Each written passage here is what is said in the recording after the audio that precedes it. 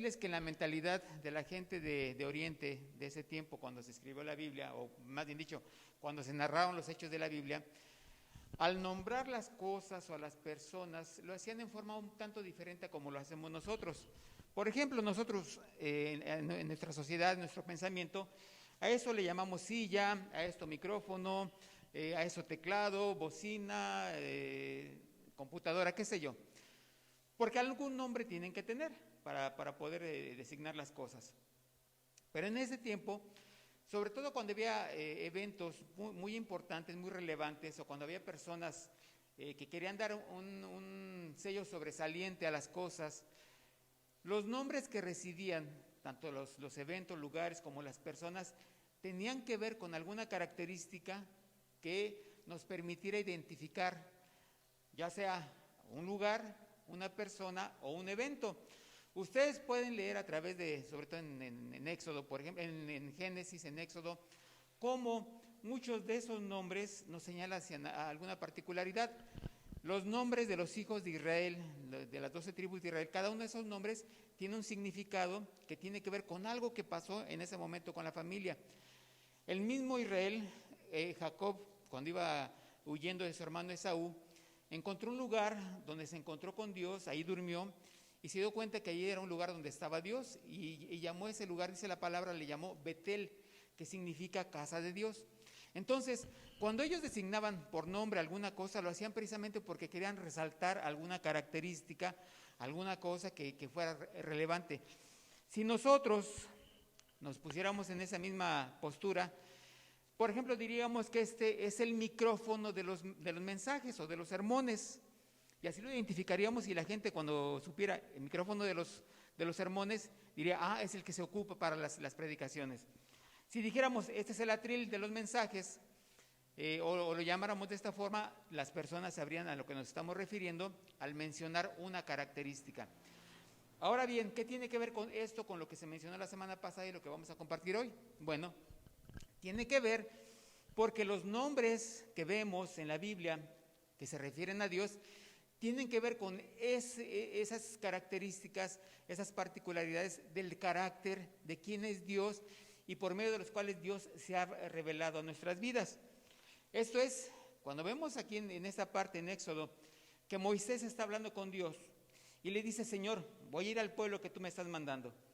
Recuerden que Moisés había huido y estuvo durante 40 años en el desierto, y después se encuentra con Dios y Dios le dice, quiero que vayas a mi pueblo Israel, quiero que vayas con Faraón y le digas que deje ir a mi pueblo para que me adore en el lugar que yo te voy a señalar. Entonces Moisés le pregunta, bueno, voy a ir con el pueblo y yo les voy a decir, ¿quién me está enviando? Dime de parte de quién voy. Y entonces aquí es cuando le contesta al Señor, le dice, mi nombre es Yo Soy. Este Yo Soy habla de una eternidad, alguien sin principio ni fin, que por siempre ha existido. Es el significado que en hebreo la palabra Jehová, que ahora nosotros conocemos como Jehová, tiene ese significado, el eterno, el que no ha sido creado, el que es porque es el gran Yo Soy. Y le dice, ese es el nombre que le vas a decir a mi pueblo, y con ese nombre se me va a recordar por siempre. Insisto, ¿qué tiene que ver con lo que se compartió la semana pasada? Pues precisamente que esos nombres de los cuales nos hablaron la semana pasada revelan ese carácter de Dios a los seres humanos. Ahora, recordemos que la semana pasada el tema se llamó Al Dios no conocido, ¿verdad? Ese fue el nombre que tuvo. Al Dios no conocido porque Isaí tomó como base el pasaje en el que se narra que Pablo estaba en Atenas y tuvo un encuentro con algunas personas ahí. Vamos a la siguiente, por favor. Cuando Pablo estaba en Atenas, estaba en su segundo viaje misionero, estaba haciendo su segundo viaje de levantar misiones, de levantar iglesias, iba huyendo de Berea, si mal no recuerdo, llega a Atenas y en lo que estaba esperando a Timoteo y a Silas, y bueno, también a Lucas que estaba acompañándolos, cuando está en este lugar se da cuenta de la gran cantidad de ídolos, de dioses falsos que había en esa ciudad. Se dice que en Atenas, alguien lo escribió de esta manera, era más fácil encontrar a un dios, a un ídolo, que alguna persona, porque eran tantos, tantísimos, que era mucho más fácil encontrar estas imágenes. Él, por supuesto, dice la palabra que su corazón se enardecía de ver toda esa idolatría. Y encuentra un altar que decía al Dios no conocido.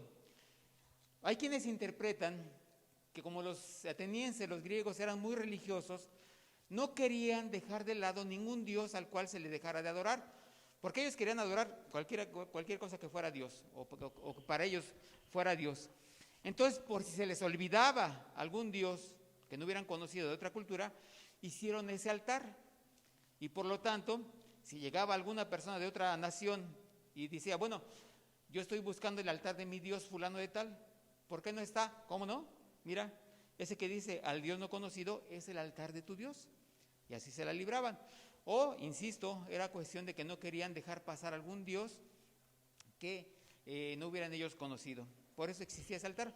Aunque también algunos interpretan que se refiere probablemente a que en el pensamiento de alguien había la idea de que quizá por encima de todo su grupo de dioses que adoraban, había alguien que estaba controlando todo este universo, que era señor de todo este universo, pero que a lo mejor no lo podían conocer. Y entonces Pablo empieza su discurso diciendo que él se ha dado cuenta que son muy religiosos. Una palabra que se puede traducir por esa palabra religiosos también es supersticiosos. Y empieza su discusión, empieza a compartir el evangelio a partir de ese momento. Y la gente lo escucha hasta que les habla de la resurrección. Dicen, no, pues eso ya lo iremos otro día, en fin. Y solamente algunas personas le hicieron caso. Pero a lo que me quiero enfocar es a lo siguiente. Si bien es cierto, existía ese altar, el Dios verdadero, el Dios que en el cual hemos confiado nosotros, es un Dios que es conocible, si se puede usar la expresión. ¿A qué me refiero? Es un Dios al cual podemos conocer y que nosotros como cristianos tenemos el privilegio de poder tener esa revelación, ese conocimiento de parte de Dios.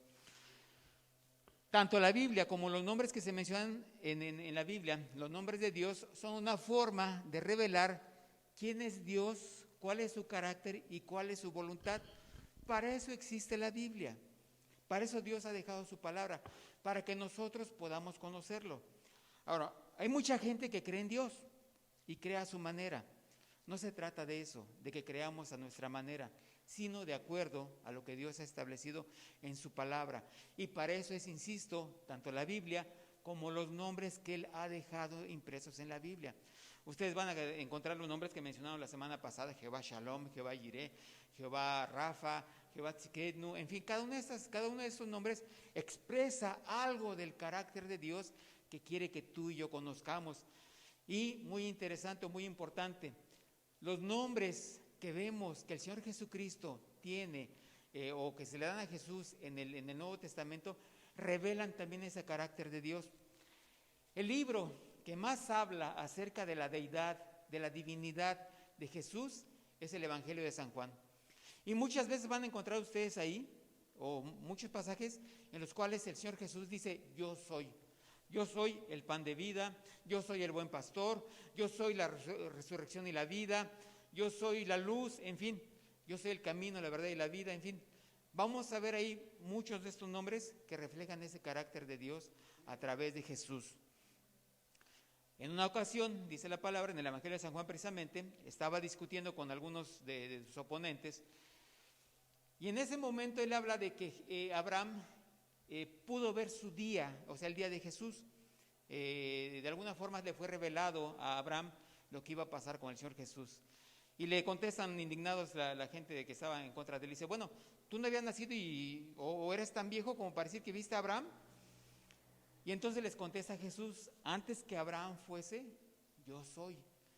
Ellos escucharon el nombre que acabamos de mencionar ahorita, pronunciado en la boca de una persona que para ellos era muy simple, un carpintero, que para ellos era alguien despreciable, alguien que no tenía ningún valor, y sin embargo escucharon cómo él se adjudicó ese nombre, el yo soy, el Jehová que conocemos del Antiguo Testamento, y por eso quisieron matarlo y por eso lo estaban persiguiendo. Bien, la que sigue, por favor. Entonces, estamos que Dios es conocible. Dice Jeremías 9, 23 y 24, así dijo Jehová, no se alabe el sabio en su sabiduría, ni en su valentía se alabe el valiente, ni el rico se alabe en sus riquezas, mas alábese en esto el que se hubiere de alabar, en entenderme y conocerme, que yo soy Jehová, que hago misericordia, juicio y justicia en la tierra, porque estas cosas quiero. ¿Quién lo dice? Así es. O sea, Dios está mostrando que lo que Él quiere no es que nos estemos alabando en cuán ricos somos o cuántos títulos tenemos, si somos doctores, si somos maestros, si somos tantas cosas, presidentes de un país. No, quiere que si en algo nos hemos de alabar, nos alabemos en entenderlo y en conocerlo. Entonces el propósito de Dios no es mantenerse oculto, no es estar en algún lugar donde tú no lo puedas ver, es darse a conocer a tu vida de una forma personal, de una forma íntima. Y eso lo vamos a ver precisamente a través de sus nombres, a través de cómo se manifiesta Él. Entonces, ten en cuenta esto. Dios quiere que tú lo entiendas, Dios quiere que tú lo conozcas y que tengas un conocimiento íntimo de quién es Él, que como dice aquí, Él hace misericordia, juicio y justicia. Esas son las cosas que Él le gusta hacer. No es un Dios rencoroso, no es un Dios tirano o tiránico, es un Dios que nos ama y que es paciente con cada uno de nosotros. Sigue, por favor.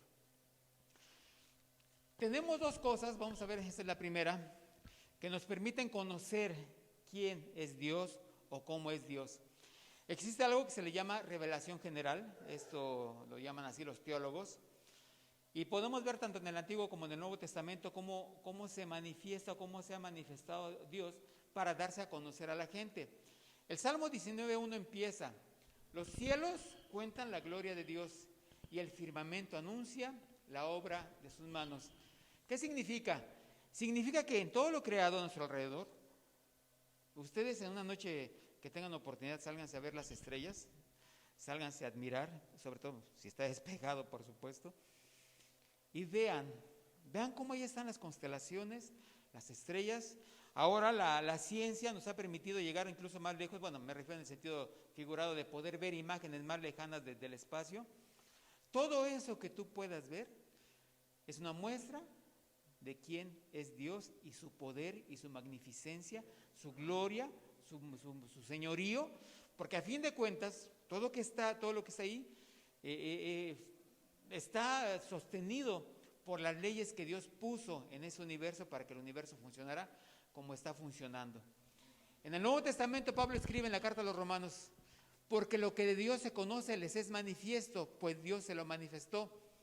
Porque las cosas invisibles de Él, o sea, eso que no alcanzamos a ver, su eterno poder y deidad se hacen claramente visibles desde la creación del mundo, siendo entendidas por medio de las cosas hechas, de modo que no tienen excusa.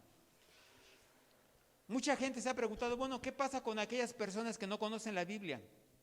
Dios se ha revelado de alguna forma, aún a aquellas personas que no conocen la Biblia, para darse a entender, como dice aquí la palabra, quién es Él a través de todo lo creado. Aún las culturas que no han conocido la palabra del Señor han tenido ese conocimiento de parte de Dios. ¿Cuál es la verdadera razón por la que la gente no conoce a Dios? Es porque no lo quiere conocer. No porque no tenga revelación. Nosotros tenemos la Biblia, gracias a Dios, y hemos sido alcanzados y Dios ha tenido misericordia de nosotros.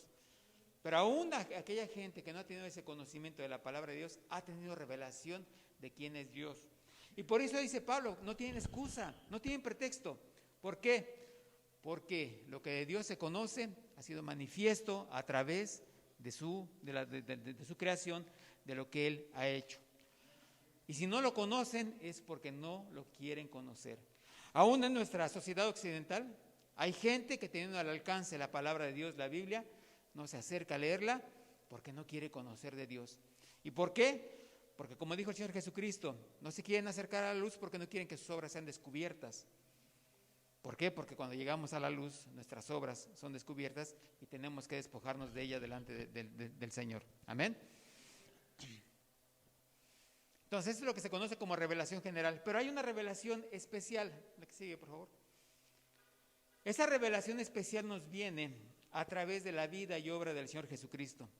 San Juan 1:18 dice así: a Dios nadie le vio jamás. Eso es cierto, nadie ha visto a Dios y ha podido vivir en este planeta. El unigénito Hijo, o sea Jesús, que está en el seno del Padre, o sea que salió del Padre, Él le ha dado a conocer. Tú quieres conocer al Señor, tú quieres conocer a Dios, y te aseguro que te conviene conocer a Dios. Velo a través de la obra, a través del carácter del Señor Jesucristo. Él ha dado a conocer al Padre. Cuando Tomás le preguntó, Señor, enséñanos el camino al Padre, le dijo, he estado tanto tiempo contigo y no lo has entendido, Tomás. ¿No lo has podido ver? Y así pasa. Muchas veces pensamos que Dios, Jehová del Antiguo Testamento, o mucha gente lo piensa de esta manera, que Jehová del Antiguo Testamento es uno y Jesucristo es otro, y a veces ni siquiera toman en cuenta el Espíritu Santo, como ocurre por ahí con una secta, ¿sí? Sin darse cuenta que es el mismo. No tenemos tres dioses, es un solo Dios que se manifiesta de tres maneras diferentes. Y el mismo carácter de Jehová del Antiguo Testamento es el que se manifiesta a través de Cristo Jesús en el Nuevo Testamento por medio de la revelación que el Espíritu Santo, que es una persona, da a nuestras vidas. Ahí está actuando la Trinidad para darnos a conocer quién es Dios. La que sigue, por favor. Ahora, ¿cómo podemos conocerlo? Porque de eso se trata este asunto. No se trata solamente de estar teorizando, de estar hablando conceptos e ideas, sino cómo se va a revelar a tu vida. No lo tomes nada más como algo general, superficial, o algo que va dirigido a todo el público y nada más, no. Tómalo como algo personal. ¿Cómo puedes conocer a Dios? Es relativamente sencillo, relativamente simple. Todo es cosa que pongas empeño. Tu conocimiento, nuestro conocimiento de Dios, depende de cuánta intimidad tengas con Él, de cuánto tiempo pases en su presencia. Es muy simple, es muy sencillo. Los niños lo saben y lo hemos podido compartir. Mi esposa y yo fuimos alguna vez maestros de niños y pudimos compartir el Evangelio con ellos y pudimos ver cómo los niños se apropian de estas verdades y las absorben como nadie más. De veras que, con todo respeto para los adultos, no hay nadie como los niños para poderles enseñar acerca de la palabra de Dios. No ponen objeciones, no ponen ideas preconcebidas, solamente ellos son de esta manera. Entonces, regresando al punto, ¿cómo puedes conocer a Dios? Depende cuánta intimidad tengas con Él. ¿Recuerdan lo que decía el pasaje de Jeremías? Que el que se hubiere de alabar, alábese en entender y conocer a Dios. Esa palabra conocer, en algunos pasajes de la Biblia, tanto del Antiguo como del Nuevo Testamento, se refieren a tener intimidad, tanto intimidad física, por ejemplo, dice la palabra en el libro de Génesis, que Adán conoció a su mujer Eva y concibieron un hijo. ¿Sí se acuerdan? Al principio en el capítulo 4 de Génesis. Quiere decir, ese conocer significa que tuvo intimidad física, intimidad sexual con su esposa y de esta forma conoció. De esa forma concibieron a sus primeros hijos. Entonces, obviamente que con Dios no se trata de tener intimidad física, intimidad sexual. Se refiere a tener intimidad en un sentido de que cuando tienes relaciones con alguien, es abrir tu corazón, tu pensamiento, tu vida con aquella persona con la que estás en intimidad. No escondes nada cuando estás en esas condiciones. Y lo mismo pasa cuando hablamos de tener intimidad con Dios, no esconder nada. Bueno, no le podemos ocultar nada a fin de cuentas, pero ir con un corazón abierto, con un corazón dispuesto. Su primer forma de pasar este tiempo o tener intimidad con Dios es a través de leer su palabra. Decía una vez una persona que una ocasión en una congregación X, un hermano se acercó al pastor y le dijo: pastor, quiero que Dios me hable, pero así muy enfático, quiero que Dios me hable. Y el pastor le dijo muy sabiamente: pues lee tu Biblia. Sí, pero quiero que Dios me hable audiblemente. Y el pastor le dijo: pues lee tu Biblia en voz alta. ¿Quieres oír la voz de Dios? Lee tu Biblia en voz alta y Dios te va a estar hablando. Mira, que yo me acuerde, ya tengo muchos años, pero todavía me acuerdo de muchas cosas, pero que yo me acuerde, Dios nunca me ha hablado de forma audible. Dios siempre ha hablado, en primer lugar a través de su palabra y en segundo lugar a través de pensamientos que ha puesto en mi corazón, especialmente cuando he tenido que tomar decisiones importantes, alguna situación de esta clase. Habrá gente, y sí he conocido, que me han dicho, yo he escuchado la voz de Dios. Yo escucho la voz de Dios y me olvido que tengo esfínteres. O sea, me va mal. No siempre Dios habla de forma audible, pero siempre te va a hablar a través de la palabra. Siempre. No hay vuelta de hoja. Así leas el libro de Lamentaciones, así leas el Salmo 119, que es el más largo, el Eclesiastés, que es un poco difícil de entender en muchos aspectos. Así leas ese tipo de lecturas, Dios te va a hablar. Es más, Dios te va a hablar a través de las genealogías. ¿Te acuerdas cómo empieza el primer libro de las Crónicas? Y que Adán tuvo a tal hijo, y que tal hijo, y tal hijo, y el hijo fulano de tal. Bueno, aún esto tiene una razón de ser dentro de la palabra de Dios.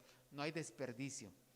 Dios siempre te va a hablar. Ahora, por favor, si vas a leer la palabra, y espero que la estés leyendo, estamos en febrero, puedes empezar a leer la Biblia si es que no has empezado. Y te voy a dar un tip. Léete 3 capítulos del Antiguo Testamento, en la mañana, por ejemplo, si tienes tiempo. O 3 capítulos del Antiguo Testamento y un capítulo del Nuevo Testamento, y en un año terminas de leer la Biblia. Es más, la terminas como en 11 meses, más o menos. La puedes leer completa. Dedícale este tiempo a Dios, te conviene. Entonces, algo muy importante que les iba a decir antes de esto. Lee la Biblia de forma ordenada. No digas un día, es que tengo ganas de leer los Salmos y paz. Sí, bueno, está bien que leas los Salmos, pero si ya leíste tus primeros 3 capítulos del Antiguo Testamento y luego uno del Nuevo Testamento, pues lee tu Salmo. Puedes leer también, aparte de esto que yo te digo, un capítulo del libro de los Proverbios por día, y en un mes, porque tiene 31 capítulos, lo puedes completar. O sea, todo es cosa de que te decidas y Dios te va a hablar. Si tú te decides a leer la palabra del Señor, Él te va a estar hablando y vas a estar teniendo esa parte de intimidad con Dios. Pero hay otra parte, no solamente que la leas, sino que también medites en ella. Que si leíste en la mañana algún texto de la palabra, el resto del día le estés dando vueltas, se llama rumiar. ¿Se han visto las vacas cuando están pastando? ¿Cómo están comiendo? Y después de un rato van y se recuestan y de repente empiezan otra vez a masticar. ¿Por qué? Porque les permite ese organismo que ese pasto, esa pastura que comieron, no se digiera inmediatamente, sino que tiene que volver a regresar a su boca, tiene que volver a ser masticada y vuelta a tragar, para que ahora sí se pueda digerir y aprovechar. Eso es rumiar. Bueno, eso significa no que vas a estar vomitando y estando tu comida aquí en la boca otra vez, sino que vas a estar acordándote de la palabra de Dios y dándole vueltas, pensando.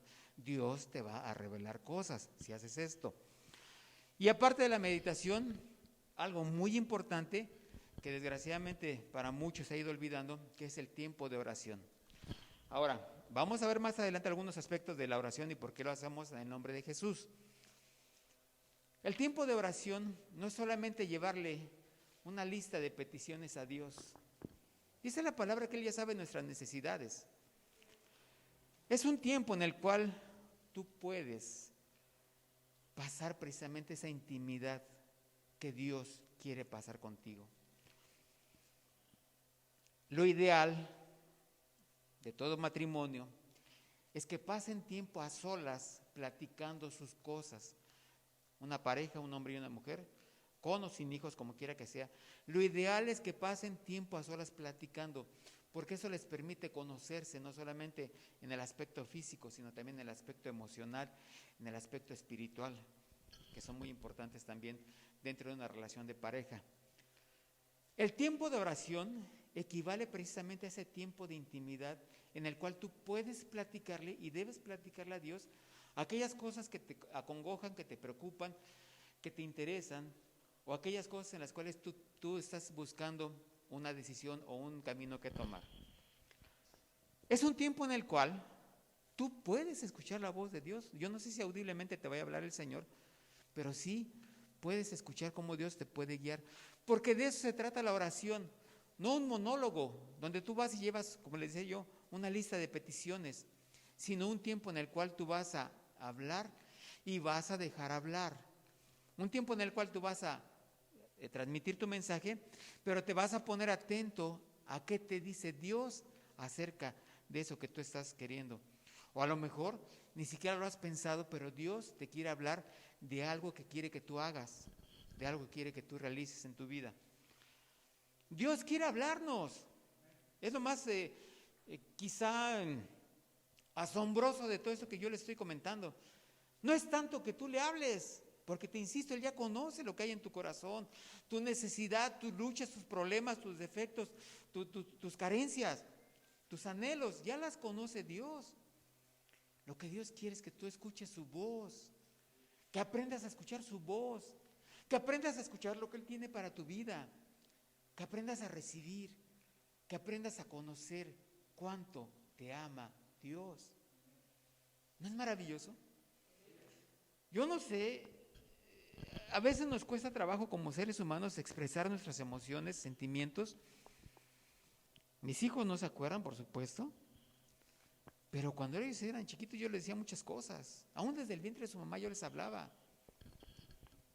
Si yo, que soy humano, he sido capaz de hacer ese tipo de cosas, ¿cuánto más el Padre Celestial, que es perfecto, que quiere hablarte, quiere amarte, quiere demostrarte cuánto te ama, quiere consolarte en los tiempos difíciles, quiere fortalecerte, quiere ayudarte, quiere levantarte, quiere sí corregirte, porque también lo hace Dios, pero lo hace de una manera como no te imaginas.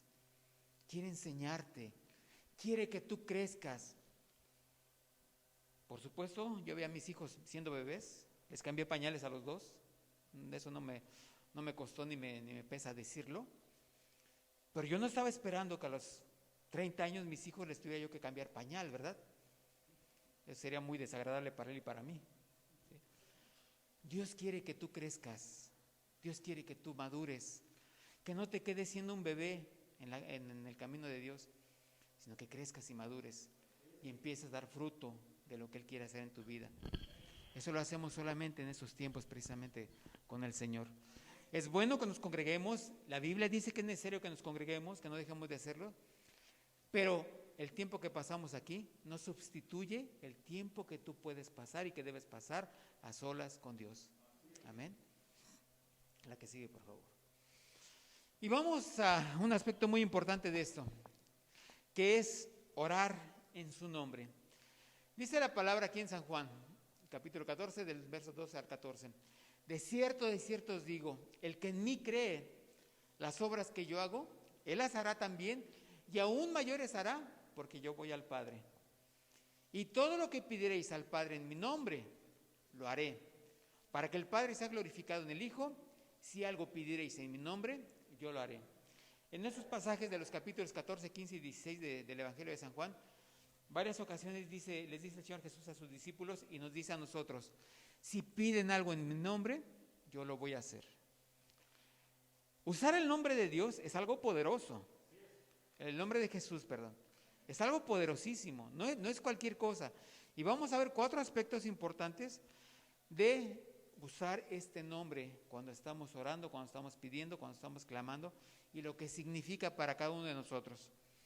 En primer lugar, nos acercamos a Dios los que por la fe hemos recibido a Jesucristo como nuestro único y suficiente Salvador y Señor. ¿Qué significa? Significa que si tú ya recibiste a Cristo en tu corazón como tu único y suficiente Salvador, tienes un privilegio que no todos tienen. No sé cuántos millones de cristianos habremos en el mundo. Creo que no llegamos ni a 1,000 millones, porque hay muchos que se llaman cristianos y no lo son, y hay muchas religiones que son dominantes en el mundo, que no es el cristianismo. Pero es un privilegio que no tiene toda la humanidad. No porque Dios no quiera, no porque muchos no lo queremos, sino porque mucha gente no quiere acercarse a Dios, como yo les comentaba hace rato. Pero esto de acercarte a Dios en tu tiempo de oración, en el nombre de Jesús, es un privilegio que solamente tú, como hijo de Dios, lo tienes. Por poner un ejemplo, yo no menosprecio a las personas, Si se me acerca un niño a pedirme algo y está en mi mano hacerlo, se lo puedo hacer. Pero si alguno de mis hijos me pide algo, pero por supuesto que busco la manera de complacerlos, porque ese es mi carácter de padre, siempre y cuando sea bueno para ellos, por supuesto. De igual forma nos podemos acercar a Dios en esa relación de ser hijos del Dios Altísimo, del soberano de su universo. Eso es en parte lo que significa en el nombre de Jesús, que nos podemos acercar porque ya recibimos a Cristo en nuestro corazón, ya somos parte de esa familia a la cual Dios nos ha adoptado. Recuerda que somos hijos de Dios por adopción, no por nacimiento. Somos hijos de Dios por adopción, pero tenemos esa posibilidad de acercarnos a Él precisamente en estas circunstancias.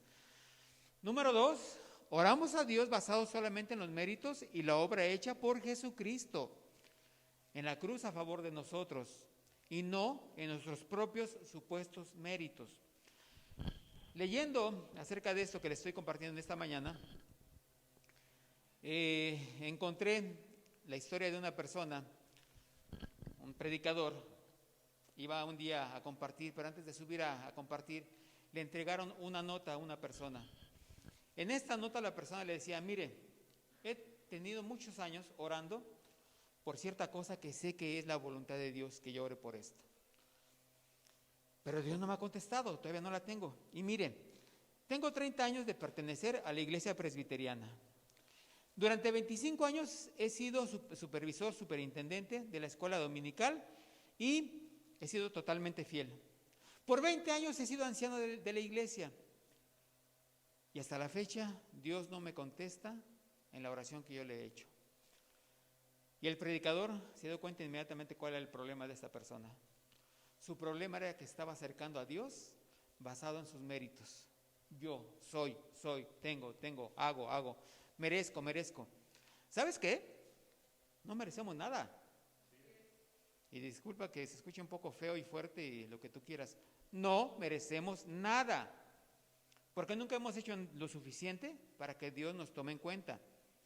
Si Dios nos bendice, si Dios nos da, si Dios nos apoya, no es por nosotros. Porque si realmente nos diera lo que merecemos, no estuviéramos aquí. Estuviéramos en un lugar de sufrimiento. ¿Sí? Cuando nos acercamos a Dios y oramos en el nombre de Jesús, lo hacemos basados en la obra y los méritos de Jesucristo y de nadie más. De nadie más. Conocí a una persona también cuando era joven yo, no la persona. Cuando era joven, yo tenía 26, 27 años, daba consultas en ese tiempo y trabajaba por mi cuenta ya. Y fui un día a su casa a darle consulta. La vi muy mal a la pobre mujer. No solamente, ella era una persona grande, pero también sus enfermedades la tenían muy mal. Me empezó a platicar de su vida, me empezó a platicar de sus sufrimientos, de muchas cosas que había batallado con el esposo, con los hijos, en fin, estaba amargadísima con la vida. Le quise compartir acerca de la palabra de Dios, del Evangelio, yo era cristiano en ese tiempo, le quise compartir. Y de repente me dijo, no, si Dios me va a dar algo, tiene que tomar en cuenta mis sufrimientos. Si Dios me va a bendecir, tiene que tomar en cuenta todo lo que he estado batallando con mi esposo, con mis hijos y bla, bla, bla. Y me dejó sin palabras, me dejó asombrado. ¿Quién se creía ella para pensar que Dios tenía obligación de hacer algo por ella solamente porque le había tocado una vida muy sufrida, muy, muy difícil? Dios no tiene nada de obligación con nosotros. Dios no tiene ninguna obligación, Él lo hace de bendecirnos, de puritita gracia, de puritito amor y misericordia, porque sabe quiénes somos, lo que realmente merecemos, pero lo que Él nos quiere dar. Aún aquella gente que no es cristiana recibe las bendiciones de Dios, no porque lo merezcan, sino porque Dios es así de bueno.